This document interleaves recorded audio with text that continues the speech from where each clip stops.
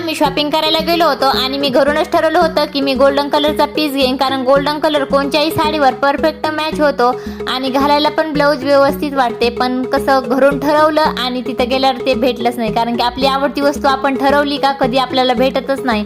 पण मला black colour पण खूप आवडतो, मला हा ब्लॅक कलरचा पीस आवडला. मी यावर षटकोनी गळा टाकला आणि लगेच स्टिच करून घेतला. स्टिच केल्याच्या नंतर कट करून याला दाब टिप मारून पॉइंट पाशी थांबून मी याचा लगेच गळाचा आकार तयार करून घेतला. गळ्याचा आकार तर तयार केला, पण डिझाईन वगैरे काही चॉईस केली नव्हती.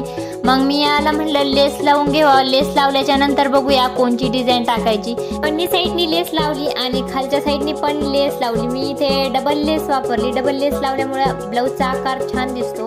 आणि नंतर मी इथे काठाचा कपडा काढला आणि त्याला दाब टिप मारून त्याची घडी टाकून मी इथे डिझाईन तयार करून घेतली. तुम्हाला ही डिझाईन कशी आवडली? आमच्या कस्टमरला तर खूप आवडली.